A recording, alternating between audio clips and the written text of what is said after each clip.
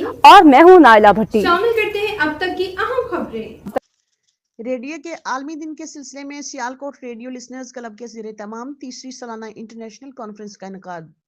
FM 101 radio Pakistani station کو سیالکوٹ کے کسی دوسرے شہر منتقل کرنے کا فیصلہ تبدیل کرنے کی درخواست۔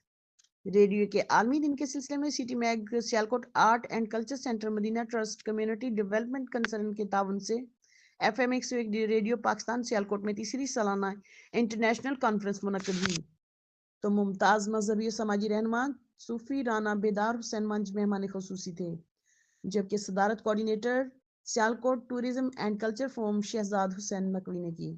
اس موقع پر station director Farooq Waheed Asi, programme producer Anjum Chaudhry, executive director community development concern Abdul Shakoor Mirza, صدر Sialkot radio listeners club Zahid Hussain, ممتاز رہنما پاکستان مسلم لیگ نون ملک خورشید ایوان in charge Rehman free dialysis centre Sialkot Chaudhry Muhammad Younis, ممتاز اوورسیز پاکستانی زاہد شریف، RJ محمد ریحان امجد، خواجہ امتیاز راٹھور، تابندہ انور، فوزیہ طاہر، فاقیہ قمر، عائشہ نوید اور بڑی تعداد میں ریڈیو لسنرز موجود تھے۔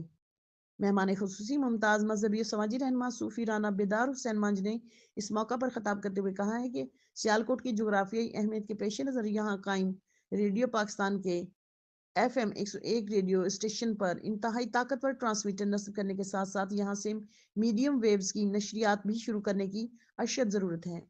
مہمان خصوصی رانا بیدار حسین منج نے کہا کہ سیالکوٹ کی سیاسی، سماجی، ثقافتی اور اقتصادی ترقی اور کے لیے ریڈیو اہم کردار ادا کر سکتا ہے۔ صدر کانفرنس شہزاد حسین نقوی نے کہا کہ سیالکوٹ میں ریڈیو کے سامعین کی طرف سے عالمی سطح کی کانفرنس کا انعقاد بڑے حوصلے کی بات ہے۔ شہزاد حسین نقوی نے FM 101 ریڈیو اسٹیشن کو سیالکوٹ شہر میں رکھنے کے لیے ڈائریکٹر جنرل ریڈیو پاکستان سے بذات خود ملاقات کر کے ان سے یہ فیصلہ واپس لینے کی درخواست کریں گے۔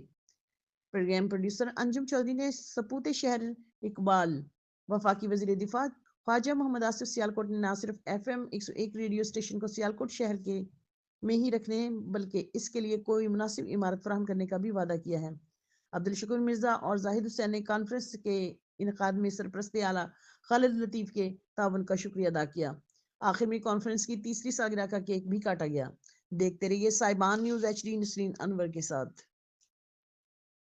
کے لیے اتنا ہی، مزید خبروں اور اپڈیٹس کے لیے دیکھتے رہیں صاحبان نیوز HD۔